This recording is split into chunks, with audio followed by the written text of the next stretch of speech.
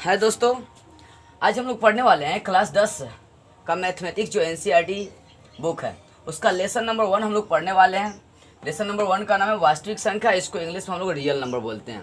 दोस्तों इसके एक एक टॉपिक को मैं अच्छी तरह से क्लियर करने की कोशिश करूंगा और आपको अच्छी तरह समझाने की कोशिश करूंगा, एक भी डाउट नहीं रहेगी। मैं आपको ऐसे समझाने की कोशिश करूंगा कि आपका जितना भी इससे संबंधित टॉपिक है या क्वेश्चंस वगैरह जो भी है सब आपका क्लियर हो जाएंगे। तो यहाँ से हम लोग स्टार्ट करते हैं। लेसन का नाम है वास्तविक संख्या और सबसे पहले हम लोग जानते हैं वास्तविक संख्या। तो थोड़ा सा हम लोग पीछे वाले क्लास की बात करते हैं। पीछे वाले क्लास में आप पढ़ाई किए होंगे परिमेय संख्या और अपरिमेय संख्या, जिसको इंग्लिश में रेशनल नंबर और इरेशनल नंबर बोला जाता है। दोस्तों परिमेय संख्या और अपरिमेय संख्या क्या होती है थोड़ा सा ये जान लेते हैं। इसके पिछले वाले क्लास में आपने पढ़ा था परिमेय संख्या और क्या पढ़ा था आपने, अपरिमेय संख्या। तो एक बार थोड़ा और इसकी चर्चा कर लेते हैं। यदि इसकी चर्चा को हम लोग समझ जाते हैं तो शायद आप वास्तविक संख्या के डेफिनेशन को भी क्लियर कर पाएंगे। देखिए होता क्या है, परिमेय संख्या किसको कहते हैं आपको याद है। देखिए बताया गया था जिस संख्या को p बटा q के रूप में लिख सकते हैं वो कौन सी संख्या कहलाएगी, परिमेय संख्या कहलाएगी। यहाँ पे एक शर्त दिया गया था कि q का जो वैल्यू होगा इज नॉट इज इक्वल 0 हो जाएगा, मतलब नीचे वाला वैल्यू 0 नहीं होना चाहिए। यानी जिस संख्या को p बटे q के रूप में या बटा के रूप में लिख सकते हैं वो आपका कौन सा संख्या कहलाएगा, रेशनल नंबर, परिमेय संख्या कहलाएगी। जहाँ शर्त है कि q का वैल्यू नीचे वाले का वैल्यू 0 नहीं होनी चाहिए, q is not is equal 0। ये रहा परिमेय संख्या का डिफिनेशन। और अपरिमेय संख्या का डिफिनेशन ये कह रही थी कि जिस संख्या को p बटा q के रूप में नहीं लिख सकते हैं वह संख्या अपरिमेय संख्या कही जा रही थी। और यहाँ पर भी ये शर्त फॉलो कर रहा था q is not is equal 0, मतलब ये कि परिमेय संख्या जिसको p बटा q के रूप में लिखा जा सके जहाँ q is not is equal 0, और अपरिमेय संख्या का मतलब हो गया कि जिसको p बटे q के रूप में नहीं लिखा जा सके वो आपका हो गया अपरिमेय संख्या। दोस्तों आपने यहाँ पर देखा परिमेय और अपरिमेय। मान लीजिए कि ये वाला हैंड मेरा अपरिमेय संख्या और ये वाला हैंड परिमेय संख्या, मैं दोनों को मिला देता हूँ तो दोनों जो मिलकर बनेगी ना एक नई संख्या बनेगी। ये देखिए और ये देखिए, दोनों अलग अलग चीज़ होगी ना, दोनों को मैं मिला देता हूँ तो एक नई चीज़ है, एक बंद वस्तु यहाँ पर बन जा रही है। दोस्तों यहाँ पर समझेंगे परिमेय और अपरिमेय को मैंने मिला दिया। क्या किया, परिमेय संख्या और अपरिमेय संख्या को दोनों को मिला दिया। मिलाने के बाद यहाँ जो संख्या बन रही है उसी को हम लोग बोलेंगे वास्तविक संख्या। फॉर एग्जाम्पल के द्वारा इस टॉपिक को हम लोग समझने की कोशिश करते हैं। परिमेय संख्या ले लेते 4/3, आप प्लस अपरिमेय संख्या ले लिए √2। अब देखिए परिमेय संख्या और अपरिमेय संख्या दोनों को जोड़ते हैं, मतलब ये कि परिमेय और अपरिमेय संख्या और दोनों को जब मिलाएंगे, परिमेय संख्या और अपरिमेय संख्या जब दोनों को मिलाएंगे तो वहाँ जो संख्या बन रही है उसको हम लोग बोलते हैं वास्तविक संख्या, जिसको इंग्लिश में हम लोग बोलते हैं रियल नंबर। बात को समझिए जरा, थोड़ा माइंड से समझेंगे। परिमेय संख्या और अपरिमेय संख्या, परिमेय संख्या और अपरिमेय संख्या दोनों के सम्मिलन को हम लोग बोलते हैं वास्तविक संख्या। यदि कहीं दिक्कत हो तो पूछिएगा कमेंट में जोड़। देखिए एक बार और मैं बताना चाहूँगा, परिमेय संख्या किसको कहते हैं, जिसको p बटे q के रूप में लिखा जा सके जहाँ q is not is equal 0, और अपरिमेय संख्या जिसको p बटे q के रूप में नहीं लिखा जा सके वो अपरिमेय संख्या जहाँ q is not is equal 0। और दोनों को मिला देते हैं, परिमेय को और अपरिमेय दोनों को मिलाएंगे, परिमेय और अपरिमेय जब दोनों को मिलाएंगे तो आपका बन जा रहा है रियल नंबर, वास्तविक संख्या। चलिए अब इस चैप्टर में मुझे 2-3 चीज़ें अच्छी तरह से जाननी है। पहली चीज़ें तो हमें जानना है यूक्लिड विभाजन एल्गोरिथम, यूक्लिड विभाजन एल्गोरिथम, पहली चीज ये जानना है। इसके बाद अंकगणित के आधारभूत पर में जानना है। तो सबसे पहला पॉइंट जो हमारा चैप्टर्स 1.1 जो है ना इसी पर आधारित है। यदि इसको हम लोग समझ लेते हैं यूक्लिड विभाजन एल्गोरिथम तो आपका 1.1 का जो डाउट है, जो क्वेश्चन है, सारे के सारे आपका सॉल्व हो जाएंगे। सो ध्यान से इस टॉपिक को समझेंगे। तो चलिए अब इसको समझने की हम लोग कोशिश करते हैं। अब देखते हैं हम लोग यूक्लिड विभाजन प्रमेयिका, इसको अच्छी तरह से समझने की कोशिश करते हैं। यहाँ पर देख सकते हैं यूक्लिड विभाजन एल्गोरिथम, या इसका एक और नाम है यूक्लिड विभाजन प्रमेयिका, या इसको एक और नाम से हम लोग जानते हैं भाग लेमा। सबसे पहले हम लोग इसको अच्छी तरह समझने की कोशिश करते हैं यूक्लिड विभाजन एल्गोरिथम क्या है। इससे संबंधित जो भी डाउट है, ये कैसे आया, क्यों आया, इसका उपयोग कैसे करेंगे, एक एक कॉन्सेप्ट को क्लियर मैं करने जा रहा हूँ, इसलिए अच्छी तरह से समझने की कोशिश करिएगा। अभी तक हम लोग ये पढ़े यहाँ पर कि वास्तविक संख्या क्या है। आपने देखा ना, जब परिमेय और अपरिमेय दोनों को मिला रहे थे तो क्या बन रहा था, वास्तविक संख्या। अब यहाँ पर हम लोग समझने की कोशिश करेंगे यूक्लिड विभाजन एल्गोरिथम क्या होती है। देखिए, जब आपके पास दो पूर्णांक ए और बी, परिमेय और अपरिमेय, मैं वास्तविक संख्या को नहीं, अब मैं यहाँ पर आपको यूक्लिड विभाजन एल्गोरिथम को अच्छी तरह समझाने की कोशिश कर रहा हूँ, इसलिए ध्यान से समझिएगा। जैसे मेरे पास कोई दो पूर्णांक है ए और बी, ए को क्या कर रहा है कि बी डिवाइड कर रहा है, भाग दे रहा है, तो वहाँ पर भागफल और शेषफल क्यू और आर आ जा रहा है। मतलब जब ए को बी डिवाइड करेगा तो भागफल क्यू और शेषफल आर आ रही है, तो यूक्लिड विभाजन के अनुसार ये फॉर्मूला बन जा रहा था ए बराबर बी क्यू प्लस आर। चलिए, इसको हम लोग अच्छी तरह समझने की कोशिश करते हैं। मैं जानता हूँ कभी जो मैं बातें आपको बता रहा हूँ थोड़ी सी माइंड में नहीं आ रही होगी, लेकिन मैं आपको कुछ एग्जाम्पल देकर समझाने की कोशिश करता हूँ जो आपके इन सारे डाउट को यूक्लिड विभाजन एल्गोरिथम को अच्छी तरह समझाने का काम करेगा। मान लीजिए कि कोई अंडा विक्रेता है, वो अंडा बेचने का काम करता है, बाजार में जाकर वो अंडा घूम घूम कर बेचने का काम करता है। वो अंडा बेचने वाला व्यक्ति गया, उसकी बाजार में किसी से हाथापाई हुई और सारा अंडा क्या होगा, उसका फूट गया। उसने पंचायत बिठोरा और पंचायत में उसने कहा कि मेरे जितने अंडे फूटे हैं उसका दाम या उसका भरपाई करवा दिया जाए। तो पंचायत ने पूछा उस अंडा विक्रेता से कि आपका कितना अंडा फूटा। तो अंडा विक्रेता ने देखिए कितना सुलझा सुलझा सा जवाब दिया, देख सकते हैं। दो दो गिनने पर एक बचेगा, तीन तीन गिनने पर दो बचेगा, चार चार गिनने पर तीन बचेगा, पाँच पाँच गिनने पर चार बचेगा, छः छः गिनने पर पाँच बचेगा, सात सात गिनने पर छः बचेगा, जबकि उसके टोकरी में 150 से अधिक अंडे नहीं आ सकते। दोस्तों, एक बार और अच्छी तरह से समझने की हम लोग कोशिश करते हैं उसका क्वेश्चन क्या था। मतलब वो अंडा बेचने गया, हाथापाई किसी से हुआ, सारा अंडा फूट गया। पंचायत ने कहा कितने अंडे फूटे, तो अंडा विक्रेता ने क्या कहा, अंडा विक्रेता ने कहा कि दो दो गिनने पर एक बचेगा, तीन तीन गिनने पर दो बचेगा, चार चार गिनने पर तीन बचेगा, पाँच पाँच गिनने पर चार बचेंगे, छः छः गिनने पर पाँच बचेंगे और सात सात गिनने पर छः बचेंगे, जबकि उसके टोकरी में 150 से अधिक अंडे आ नहीं सकते। चलिए, इस पॉइंट्स को, इस पहेली को हम लोग अच्छी तरह से समझने की कोशिश करेंगे और ये वाला जो पॉइंट्स है आपके इस फार्मूला से समझ जो भी डाउट है सबको क्लियर करके जाएगा। सो देखते हैं। अब देखिए, यहाँ पर सबसे पहली बात बन जाए कि उसके टोकरी जो है ना, उसमें 150 से अधिक अंडे नहीं आ सकते हैं। बात समझिए, उसके टोकरी में 150 से अधिक अंडे नहीं आ सकते हैं। मतलब क्या कि यदि उसके टोकरी में 150 से अधिक अंडे नहीं आ सकते हैं तो इसका मतलब है कि कहीं ना कहीं 150 या तो 150 से कम होंगे, 150 से अधिक नहीं। इसका मतलब ये हुआ कि या तो टोकरी में 150 अंडे हो सकते हैं, नहीं तो 150 से कम। मान लीजिए कि उसके टोकरी में 150 से कम या 150 के बराबर जो अंडों की संख्या है, मान लिया कि वो क्या है, ए है। मान लिया मैं कि उसके टोकरी में जो अंडों की संख्या वो क्या है, ए है। तो ध्यान देंगे यहाँ पर एक बन जा रही है ए लेस देन इज इक्वल 150। यहाँ जो टॉपिक बने, देखिए ए अंडों की संख्या है, तो अंडों की संख्या उसके टोकरी में कितनी हो सकती है, ये यहाँ मेरे कहने का मतलब है ए लेस देन इज इक्वल 150, तो ये वाला बराबर को दर्शा रही है। मतलब ए अंडों की संख्या या तो 150 के बराबर हो सकती है और नहीं तो 150 से कम, क्योंकि उसके टोकरी में 150 से अधिक अंडे नहीं आ सकते। तो मायने ये हुआ कि या तो उसके टोकरी में 150 अंडे आ सकते हैं, नहीं तो 150 से कम आ सकते हैं, 150 से अधिक नहीं होंगे। ठीक है ना। तो मैं अंडों की संख्या को ए ले चुका हूं और यहाँ पर दिखा दिया ए लेस देन इज इक्वल 150। इस पॉइंट्स को अच्छी तरह आप समझिएगा।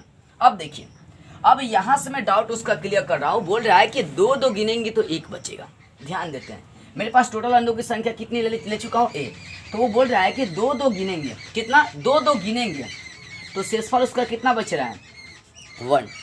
फिर अगले बार बोल रहा है कि जब तीन तीन गिनेंगे तो उसका शेषफल बच रहा है 2। बात को समझिए जरा, टोटल उसके टोकरी में अंडे 150 थे, अब बोल रहा है कि दो दो गिनेंगे, ये नहीं है उसके टोकरी में 150 नहीं, 150 से अधिक अंडे नहीं आ सकते हैं। या हम कंफर्म नहीं कि उसके टोकरी में 150 अंडे थे, बल्कि अनुमान लगाया जा रहा है। वो बोल रहा है कि 150 से अधिक नहीं हो सकते, इसका मतलब है कि या तो 150 हो सकते हैं, नहीं तो 150 से कम होंगे। तो यहाँ बोल रहा था कि दो दो गिनेंगे तो शेषफल कितना बचेगा, 1। तीन तीन गिनेंगे तो शेषफल कितना बचेगा, 2। वही बातें आ गया, चार चार गिनेंगे तो उसका शेषफल कितना बचा था, 3। वही जब पाँच पाँच गिनेंगे तो उसका शेषफल बच रहा था 4। वही बात है, जब बोल रहा था कि 6 गिनेंगे तो उसका शेषफल बचेगा 5, और जब 7 गिनेगा तो शेषफल कितना बच जाएगा उसका, 6। बात को समझिए।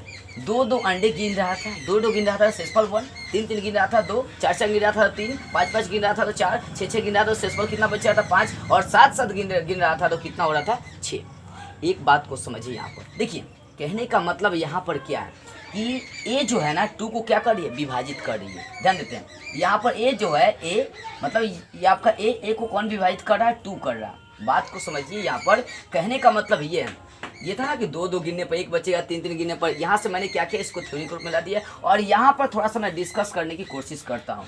देखिए ए को कौन विभाजित करिए 2, तो उसका भागफल आ जा रहा है p, और शेषफल कितना आ जा रहा है 1। यहाँ पर ए को 3 विभाजित करिए तो उसका भागफल q और शेषफल कितना आ जा रहा है 2। तो कहीं ना कहीं ए को 3 डिवाइड कर रहा है तो इसका भागफल q और शेषफल कितना आ जा रहा है 2।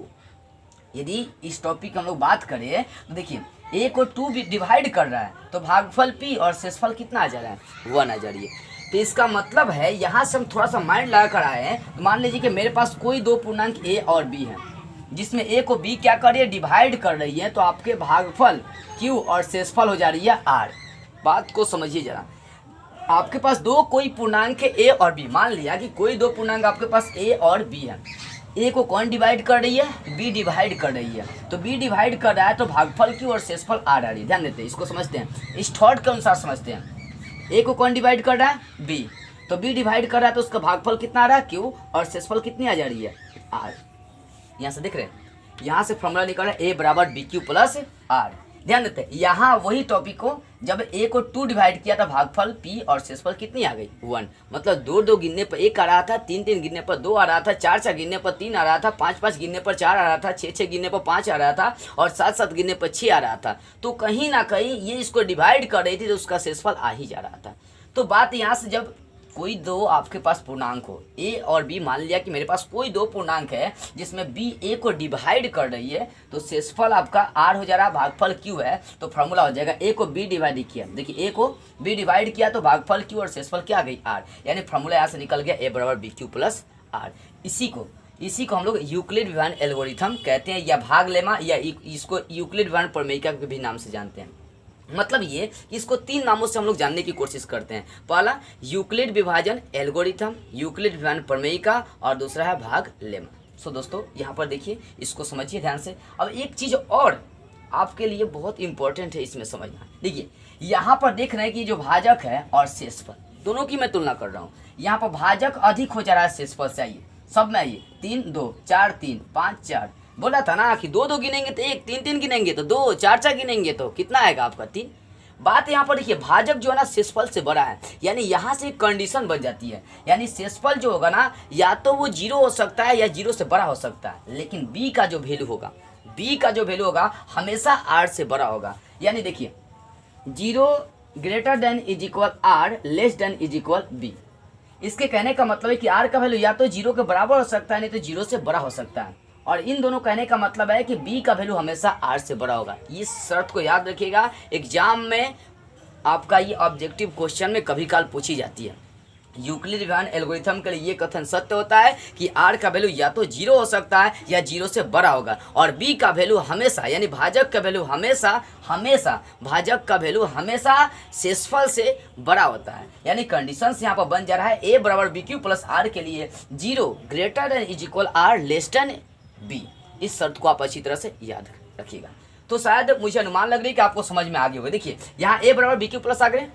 अब इसको समझते हैं यूक्लिड विभाजन एल्गोरिथम को। जब दो पूर्णांक मेरे पास a और b मान के चलिए है, मान लिया कि मेरे पास कोई दो पूर्णांक a और b है जिसमें a को कौन डिवाइड कर रही है, b। देखिए दो पूर्णांक a और b थी जिसमें a को कौन डिवाइड कर रही थी, b कर रही थी, और भागफल और शेषफल q और r आ गया था। भागफल और शेषफल मैंने क्या ले लिया था, q और r ले लिया। मतलब मेरे पास कोई दो पूर्णांक a और b है जिसमें a को b डिवाइड कर रही है, तो भागफल और शेषफल q और क्या हो जा रहे हैं, r आ जा रहे हैं। तब यूक्लिड विभाजन के अनुसार ये फॉर्मूला बनती है a बराबर BQ प्लस r। आपको याद रखिएगा, यूक्लिड विभाजन एल्गोरिथम का सूत्र होता है a बराबर BQ प्लस r।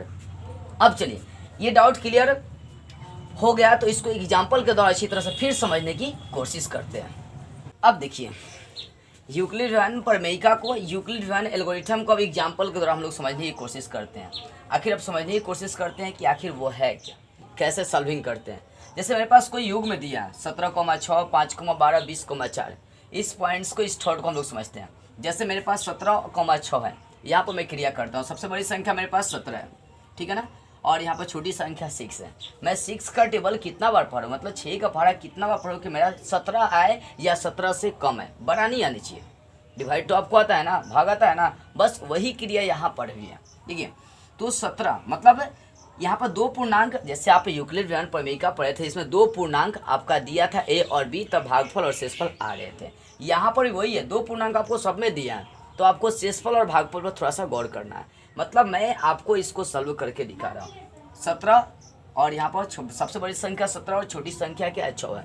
तो 6 का टेबल में कितना बार पढ़ो, 6 का पारा कितना बार पढ़ो कि या तो 17 है, नहीं तो 17 से कम है, 17 से अधिक नहीं आनी चाहिए। इस बात को अच्छी तरह आप याद रखिएगा कि जब दो पूर्णांक हो तो वहाँ पर जब दो पूर्णांक हो और उसमें a b को डिवाइड करती हो, तो b को जब भी लगाएंगे तो a से कम तक वैल्यू ले जा सकते हैं। देखिए तो 6 का टेबल कितना 3 बार पढ़िए, तो 6 कितना हो जाएगा 18, जबकि 17 है, संभावना नहीं बनी है, तो 2 बार लगाएंगे। 6 दूना कितना हो गया 12, सोचिए 6 दूना 12, तो 17 में से ये 12 घटा देंगे, शेषफल मेरे पास कितने बच जा रहे हैं 5। इस बात को समझिए, यहाँ पर भी वही क्रिया है। दो पूर्णांक मेरे पास है, इसमें दो पूर्णांक यूक्लिड विधान एल्गोरिथम में दो पूर्णांक मैं लिया क्या था a और b लिया था। यहाँ पर मान लिया कि मेरे पास कोई दो पूर्णांक 17,6 है, वहाँ से मैंने क्रिया किया 17 को a से मतलब 17 को 6 से डिवाइड किया, तो वहाँ पर भागफल 2 और शेषफल कितनी आ जा रही है 5 आ जा रही है। आपको देखने को मिल रहा है ना कि जैसे दो पूर्णांक मेरे पास है 17 और 6 है, मैंने 17 को रखा है और 6 से डिवाइड किया, तो भागफल 2 और शेषफल कितनी आ जा रही है 5 आ जा रही है। मतलब यहाँ भी कौन सा फॉर्मूला लग रहा है, ये वाला फॉर्मूला आपका लग रहा है, यूक्लिड विधान एल्गोरिथम, जिसको भाग लेमा या यूक्लिड विभाजन प्रमेयिका कहते हैं। a बराबर बी क्यू प्लस आर। क्या थी यहाँ पर शर्त, मैंने आपको बताया था, इसका कंडीशन भी बता दिया था कि 0 greater than is equal or less than is equal B. इसका कहने का मतलब बता दिया था ना कि इसका कहने का मतलब है कि या तो शेषफल 0 के बराबर हो सकता है, नहीं तो 0 से बड़ा हो सकता है, ठीक है। और यहाँ कहने का मतलब b का वैल्यू हमेशा r से बड़ा हो सकता है। देखिए यहाँ भी, तो यहाँ जो है ना a मतलब 17 को 6 डिवाइड कर रहा है, तो भागफल 2 और शेषफल कितना हो जा रहा है 5। एक शर्त में बताया था कि जो b होता है, जो भाजक होता है, ये जो b का वैल्यू है हमेशा शेषफल से बड़ा होता है। देखिए भाजक 6 है लेकिन शेषफल क्या है 5 है, यानी b हमेशा बड़ा होगा r से। यहाँ पर बात करते हैं 5,12 है, ठीक है ना। 5 मैं डिवाइड करता हूँ 12 से, मैं डिवाइड क्या करता हूँ 12 से, ध्यान देंगे।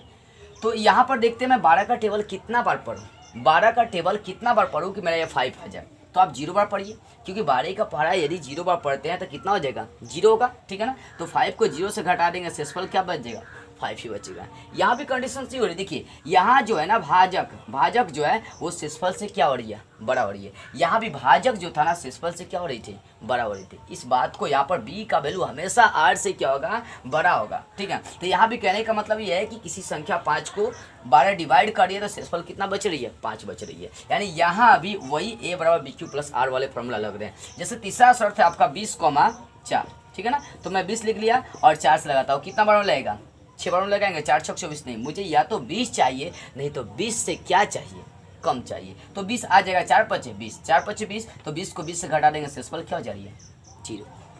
यहाँ शेषफल क्या आ रही है 0। अभी तक हमने देखा शेषफल 0 नहीं आ रहा था, सब में शेषफल कहीं ना कहीं कुछ ना कुछ एक दो संख्या बची जा रहे थे, लेकिन यहाँ पर शेषफल 0 आ गया। दोस्तों आपको ये तो मालूम होना चाहिए कि जो यूक्लिड विधान एल्गोरिथम होता है, जो दो पूर्णांकों a और b के लिए यूक्लिड विधान एल्गोरिथम हम लोग जो पढ़े हैं a बराबर बी क्यू प्लस आर, ये जो होता है ना इसके द्वारा हम लोग क्या निकालते हैं HCF, जिसका फुल फॉर्म हम लोग बोल सकते हैं हाईएस्ट कॉमन फैक्टर।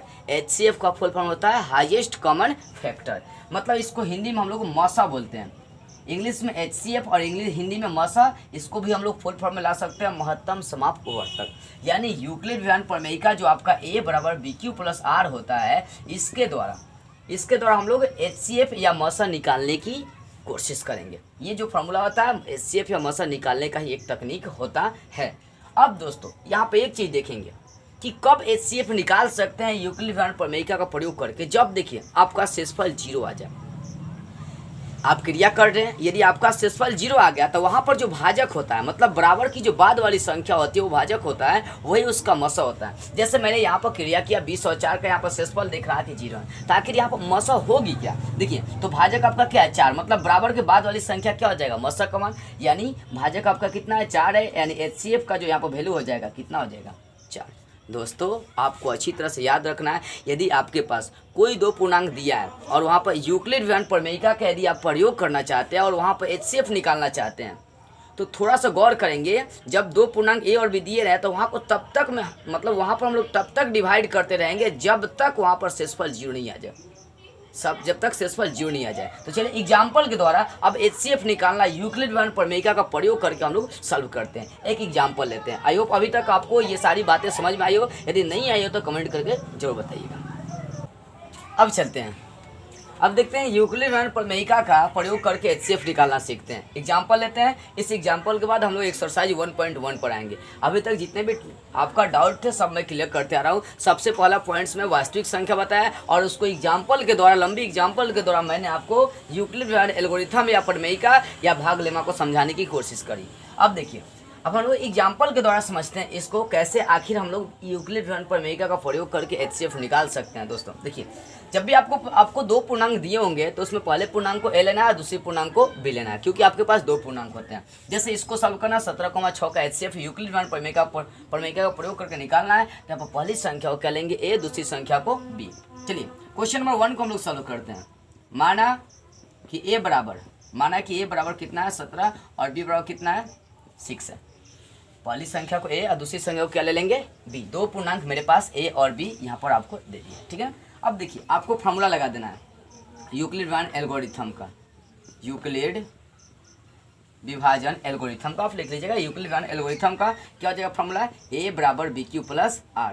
देख सकते हैं A का वैल्यू कितना है 17, B का वैल्यू कितना है 6। अब सोचिए 6 में मैं कितना से गुना करूँ, बात वही आ रही है। अभी पहले मैं इसी एग्जाम्पल को समझाया था आपको, अभी इसके पहले जो मैंने आपको यूक्लिड के लिए एग्जाम्पल दिया था यही समझाया था और इसी का मैं HCF निकाल रहा हूँ। तो 6 में मैं किससे गुना करूँ कि या तो मेरा 17 आ जाए, नहीं तो 17 से छोटा है, 17 से अधिक नहीं आना चाहिए। 3 लगाएंगे तो 36 18 हो जाएगा, 3 नहीं लगा सकते हैं, 2 लगाएंगे, 6 दूना 12, तो 17 में से 12 घटा देंगे, शेषफल कितना हो जाएगा 5। दोस्तों मैं बताया था कि HCF निकालना है तो HCF तभी आप निकाल सकते हैं जब इसका शेषफल 0 आएगा। क्या यहाँ पर शेषफल 0 नहीं है तो अभी क्रिया बढ़ाएंगे। अब देखिए क्रिया कैसे आगे बढ़ाएंगे, तो भाजक को बराबर के पहले करना है और फिर शेषफल से इसको डिवाइड कर देना है। जैसे यहाँ पर भाजक क्या है 6 है, तो 6 में मैं किससे शेषफल से डिवाइड करूंगा, मतलब सब में जब तक शेषफल नहीं 0 आएगा ना तब तक आपको यही क्रिया करना, भाजक को बराबर के पहले करना और शेषफल से डिवाइड करते रहना। अब देखिए भाजक को मैंने 6 को पहले कर दिया, 5 से मैं क्या करता हूँ इसको डिवाइड करता हूँ। तो 5 में आके किससे गुना करूँ, 5 में मैं किससे गुना करूँ, या तो मेरा 6 आ जाए नहीं तो 6 से कम है, तो 2 से गुना करूँगा तो संभावना नहीं बनेगी, क्योंकि 5 दूना कितना हो जाएगा 10, 1 से गुना कर दो, 5 एकम 5, तो 5 का 1 से गुना किया 5 हो गया। तो 6 में से 5 घटा देंगे कितना बचेगा, शेषफल 1 बच जा रही है। अभी क्या शेषफल 0 आए नहीं ना, तो यहाँ पर वही करेंगे, भाजक को बराबर के पहले और शेषफल से डिवाइड करेंगे। चलिए भाजक क्या है 5 है, शेषफल क्या आ रही है 1, तो 1 में मैं किससे गुना करूँ कि ये आपका 5 आ जाना चाहिए, तो 5 से गुना करिए, 1 का 5 से गुना करेंगे 5, तो 5 में से 5 घटा देंगे, शेषफल क्या आ गई 0। ठीक है ना, जब तक शेषफल नहीं 0 आएगी भाजक को बराबर के पहले करना है और शेषफल से आपको डिवाइड लगाते चलना है। जहाँ पर शेषफल 0 आ गई समझिए कि भाजक उसका क्या हो जाएगा, मौसा हो जाएगा। तो यहाँ पर लिख देंगे भाषा, चूंकि शेषफल 0 आ गया अतः क्रिया का अंत करते हैं। क्या लिखेंगे, चूंकि शेषफल 0 आ गया अतः क्रिया का अंत करते हैं। मैं आपको सारे क्वेश्चन जो एक्सरसाइज 1.1 एकदम पॉइंट बाय पॉइंट समझाने की कोशिश करूँगा, कहीं दिक्कत नहीं हो। तो अतः जब शेषफल 0 आ जाएंगे तो लिखेंगे अतः शेषफल 0 आ गया अतः क्रिया का अंत करते हैं, इसलिए HCF बराबर भाजक हो जाएगा, मतलब बराबर के बाद वाला क्या है 1 है, इसका HCF कितना आ जाएगा 1।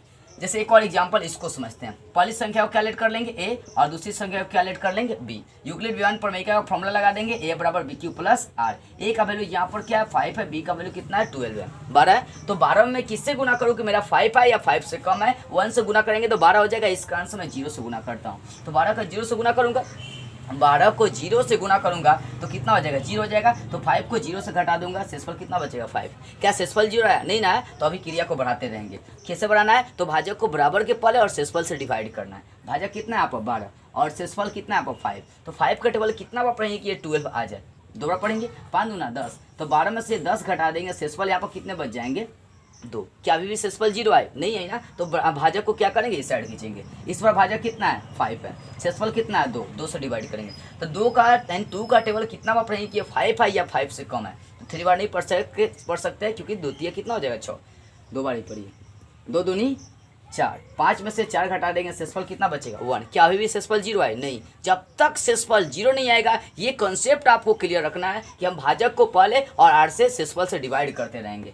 तो यहाँ पर भाजक क्या है 2, शेषफल क्या है 1, तो 1 का 2 से गुना करेंगे 2 हो जाएगी, और 2 को 2 से घटा देंगे, शेषफल कितना आ जाएगा 0। अब देखिए इतना क्रिया करने के बाद शेषफल क्या आ जाएगा 0। जब शेषफल 0 आ जाएगी तो लिख देंगे चूंकि शेषफल 0 आ गया, अतः क्रिया का अंत करते हैं। उसके बाद जो भाजक है वो आपका हो जाएगा मौसा का मान, मतलब बराबर के बाद वाला जो वैल्यू है वही हो जाएगा मौसा का मान। HCF का मान कितना हो जाएगा यहाँ पर 1। दोस्तों आपको समझ में आ रही होगी। मतलब देखिए जब तक आपका शेषफल 0 नहीं आएगा तब तक क्रिया करते चलनी है, ये डाउट आपका क्लियर होना चाहिए।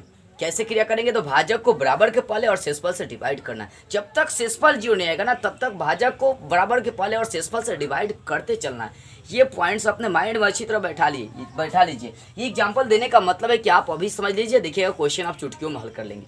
तीसरा एग्जाम्पल 20,4 यहाँ दिया ना, यहाँ पर समझते हैं, जैसे ले लेते हैं 20 और 4 दिया। ध्यान देते हैं, मैं सिंपली बता देता हूँ 20 4, 20 को 4 डिवाइड करिए, 4 का टेबल कितना बार पढ़ेंगे 20 आएगा, तो 5 बार, 4 5 कितना होगा 20। तो 20 को 20 से घटा देंगे, शेषफल यहाँ पर कितना आ रही है 0। एक ही लाइन मारिए तो भाषा लिख देंगे, चूंकि शेषफल 0 आ गया था क्रिया का अंत करते हैं, इसलिए मसा का मान कितना हो जाएगा 4। भाजक जो होता है ना मसा का मान HCF का मान हो गया। तो आई होप आपको मसा निकालने की क्रिया अभी तक समझ में आई होगी। मोटा मोटी इतना बात याद रखिए, मैं इससे ये आपको सिखाना चाह रहा था कि आप HCF हाईएस्ट कॉमन फैक्टर या मसा, जिसको महत्तम समापवर्तक कहते हैं, कैसे निकाल सकते हैं। तो आपको जब तक शेषफल 0 नहीं आएगा ना तब तक आप HCF नहीं निकाल सकते हैं, इसलिए आप तब तक क्रिया करते रहें जब तक शेषफल 0 नहीं आ जाए। अब क्रिया करेंगे कैसे, बात ही नहीं आ रही है। तो मैं आपको बताया कि जब तक शेषफल 0 नहीं आएगा तब तक क्रिया कैसे करनी है। तो भाजक को बराबर के पहले और शेषफल से डिवाइड करते चलना है, भाजक को बराबर के पहले और शेषफल से डिवाइड करते चलना है। तो चलिए अब हम लोग स्टार्ट करते हैं एक्सरसाइज 1.1। लेकिन इससे पहले हम लोग 1-2 टॉपिक और जान लेते हैं। इसमें दिया है एल्गोरिथम और प्रमेयिका। दोस्तों एल्गोरिथम होती क्या, तो देखिए एल्गोरिथम इसमें बताया गया, अच्छी तरह आपके चैप्टर में समझाया गया। एल्गोरिथम एक सुपरिभाषित वस्तुओं की श्रृंखला है जो समस्या को हल करने की तकनीक बताती है, विधि प्रदान करती है। एल्गोरिथम यहाँ पर यूक्लिड वन एल्गोरिथम, प्रमेयिका में इसको भी समझाने की कोशिश करिए। देखिए यहाँ पर तो एल्गोरिथम क्या है, एक सुपरिभाषित वस्तुओं का श्रृंखला है जो क्या करती है, समस्या को हल करने की विधि देती है। ठीक है ना। तो यहाँ पर देख रहे हैं आपको विधि मिली है A = BQ + R, जो HCF निकालने की समस्या को सॉल्व करी है। इसका आंसर इसको हम लोग बोलते हैं यूक्लिड वन एल्गोरिथम। और एक चीज और देता है प्रमेयिका, जैसे मैंने बताया कि यूक्लिड विहान प्रमेयिका बोल सकते हैं इसको, नहीं तो यूक्लिड विहान एल्गोरिथम बोल सकते हैं, नहीं तो इसको भाग लेमा भी बोल सकते हैं। तो एल्गोरिथम का मतलब हो गया कि एक ऐसी श्रृंखला जो किसी नई समस्या को हल करने की तकनीक बताती हो। अब प्रमेयिका किसे कहते हैं, तो दोस्तों प्रमेयिका सिद्ध किया हुआ कथन है और इसके द्वारा किसी अन्य कथन को हम लोग सिद्ध करते हैं। प्रमेयिका क्या है, तो एक सिद्ध किया हुआ कथन है, इसके द्वारा किसी अन्य कथन को हम लोग सिद्ध करते हैं। 2 चीज़ हो सकता है एग्जाम में पूछ दिया जाए, क्योंकि मैं आपको एक एक टॉपिक के बारे में बता रहा हूँ, तो ये जानना बहुत जरूरी है। एल्गोरिथम किसे कहेंगे, तो एल्गोरिथम सुपरिभाषित वस्तुओं की एक श्रृंखला है जो समस्या को हल करने की तकनीक बताती है। प्रमेयिका क्या है, तो सिद्ध किया गया, वैज्ञानिकों द्वारा सिद्ध किया गया एक कथन है, बशर्ते उसका उपयोग दूसरे कथन को सिद्ध करने के लिए उपयोग करते हो। ठीक है ना। तो आई होप आपको यह भी बातें समझ में आई होगी। अब चलिए एक्सरसाइज 1.1 हम लोग समझने की अच्छी तरह कोशिश करते हैं। चलिए तो हम लोग देखते हैं अब एक्सरसाइज 1.1 का क्वेश्चन नंबर 1। देखिए क्वेश्चन नंबर 1 क्या बोल रही है। अभी तक जो भी थॉट थी आपकी, वास्तविक संख्या क्या होती है, यूक्लिड विहान प्रमेयिका क्या होती है, कैसे समस्या को हल करते हैं, सो सारी चीज़ें मैंने आपको एक एक टॉपिक करके एक एक पॉइंट्स करके टोटल डाउट को मैंने क्लियर किया। यदि अभी भी आपको कहीं दिक्कत लग रही हो तो कमेंट करके जरूर बताइएगा। सो देखिए यहाँ पर अब हम लोग एक्सरसाइज 1.1 का क्वेश्चन नंबर 1 जो HCF निकालने का तकनीक है मैं आपको बता चुका हूँ। यूक्लिड विहान प्रमेयिका भाग लेमा या यूक्लिड विहान एल्गोरिथम इसको बोलते हैं। तो यहाँ पर फॉर्मूला अप्लाई करेंगे A = BQ + R। क्वेश्चन ये क्या बोल रहा है, निम्नलिखित संख्याओं का HCF ज्ञात करें। क्या, निम्नलिखित संख्याओं का HCF हाईएस्ट कॉमन फैक्टर आपको ज्ञात करना है, वो भी किसका प्रयोग करके, यूक्लिड विहान एल्गोरिथम का प्रयोग करके निकालना है। सो दोस्तों 3 क्वेश्चन आपको दिया है क्वेश्चन नंबर 1 में, 1 2 3। आपको क्या निकालना है, HCF किसका प्रयोग करके, यूक्लिड विहान प्रमेयिका का। मैंने आपको बताया कि HCF निकालने के लिए शेषफल आपको 0 करना पड़ेगा। यदि आप शेषफल 0 कर लेते हैं तो वहाँ जो भाजक होगा, वहाँ जो भाजक का वैल्यू होगा वो आपका मसा होगा। सो चलिए यहाँ 135 और 225 का HCF निकालना है। इन दोनों में मैं क्या करूँगा, एक संख्या को A ले लेता हूँ और छोटी संख्या को B ले लेता हूँ। मतलब बड़ी संख्या को A ले लिया, छोटी संख्या को मैं B लेने का काम यहाँ पर कर रहा हूँ। मैं बताया था कि आप किसी भी संख्या को A और B ले सकते हैं, कोई दिक्कत नहीं है, लेकिन हम लोग बड़ी संख्या लेकर चलेंगे तो एक दो लाइन मेरा क्या हो जाएगा, सॉल्विंग करने का क्रिया मतलब छोटा पड़ जाएगा। चलिए, तो मैं यहाँ पर 135 और 225 में क्या करता हूँ, सबसे बड़ी संख्या को A लेट कर लेता हूँ। माना कि A बराबर 225 तथा B बराबर 135, तो आपको अप्लाई कर देना है फॉर्मूला यूक्लिड विभाजन एल्गोरिथम से।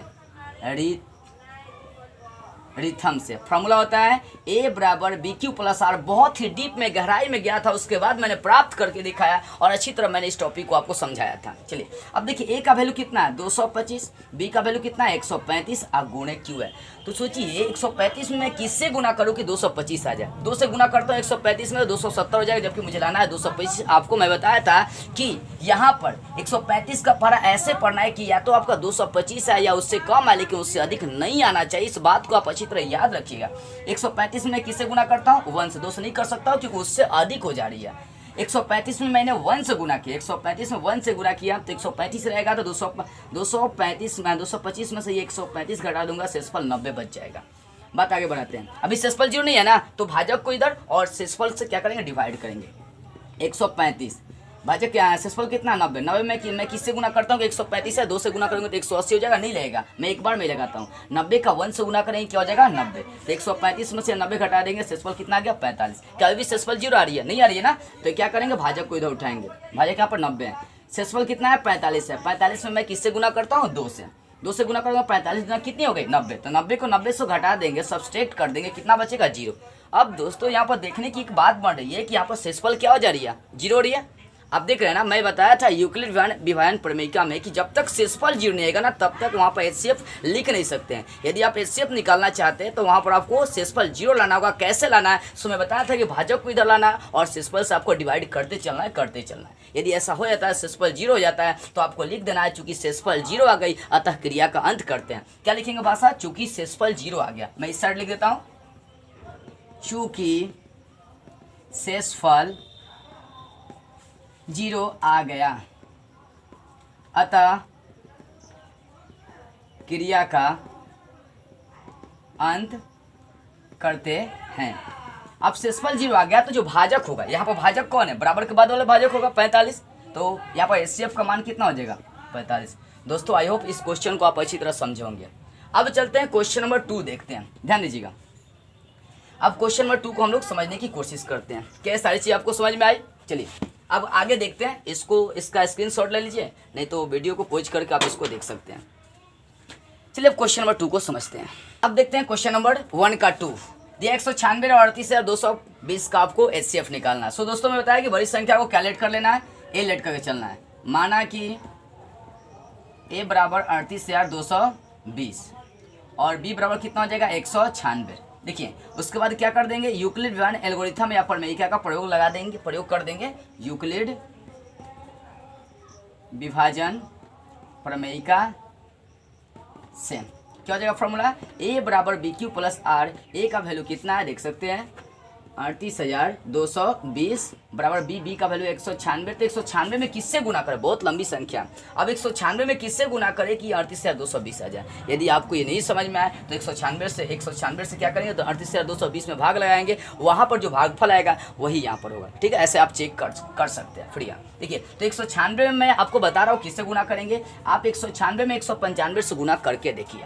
196 में 195 से गुना करेंगे, ये वाला वैल्यू आपका 38,220 क्लियरली आ जाएगा। ठीक है, देखिए तो 196 में 195 से गुना कर रहा हूँ तो कितना आ जा रहा है 38,220। तो 38,220 को 38,220 से घटा देंगे, शेषफल क्या आ जाएगी 0। अब देखिए मैं बताया था कि आपको क्रिया तब तक करना है जब तक शेषफल 0 आ नहीं जाए। अब यहाँ पर शेषफल 0 आ गया तो आपको भाषा लिखना क्या है, चूंकि शेषफल 0 आ गया अतः क्रिया का अंत करते हैं। ठीक है ना, इसलिए आपका क्या हो जाएगा HCF, जहाँ शेषफल 0 आ गया वहाँ जहाँ शेषफल 0 आएगा वहाँ का भाजक मतलब बराबर की बाद वाली संख्या क्या हो जाएगी HCF यानी भाजक क्या आपका 196 बराबर के बाद वही संख्या 196 यानी HCF का वैल्यू कितना हो जाएगा 197। ये क्वेश्चन हो गया। अब हम लोग देखते हैं क्वेश्चन नंबर 3 को। अब देखते हैं 1 का क्वेश्चन नंबर 3। 1 का क्वेश्चन नंबर 3 867 और 255 का हमें क्या करना है HCF निकाल देना है। ध्यान देते हैं, इसको समझते हैं। बताया था कि बड़ी संख्या को लेट करके चलेंगे। ए माना कि A बराबर 867 और B बराबर 255। यहाँ पर फॉर्मूला लगा देंगे क्या चीज़ का, तो यूक्लिड विभाजन एल्गोरिथम का फॉर्मूला लगा देंगे। ठीक है ना। क्या होता है फॉर्मूला, A बराबर बी क्यू प्लस आर। ए का वैल्यू कितना है 867, बी का वैल्यू है 255। दोस्तों अब देखिए 255 में मैं यहाँ किससे गुना करूँ कि मेरा 867 है या इससे कम है। 4 से गुना करेंगे तो 200 चौका 800 हो जाएगा, लेकिन यहाँ पर 55 चौका कितना हो जाएगा आप देख सकते हैं। यानी 4 से गुना करने पर अधिक आ जा रही है, 3 से गुना करते हैं तो 255 या कितना हो जाएगा देख सकते हैं। 15 मतलब हो जाएगा ये 765 हो जा रही है इसको गुना करने पर। तो मतलब कि 867 को ये 765 घटा देंगे, शेषफल हो जाएगी 102। ठीक है, क्या शेषफल 0 नहीं है ना, तो क्या करेंगे भाजक को इधर और शेषफल से डिवाइड करते चलेंगे। देखिए भाजक क्या 255 और शेषफल कितना है 102। तो 102 में किससे गुना करूँ कि आपका ये 255 आनी चाहिए। 3 से गुना करेंगे तो 300 डायरेक्ट अधिक हो जाएगा। मैं 2 से गुना कर देता हूँ तो 102 का 2 से गुना करेंगे 204 हो जाएगा। 255 को 204 से घटा देंगे, शेषफल कितना हो जाएगा आपका 51 हो जाएगा।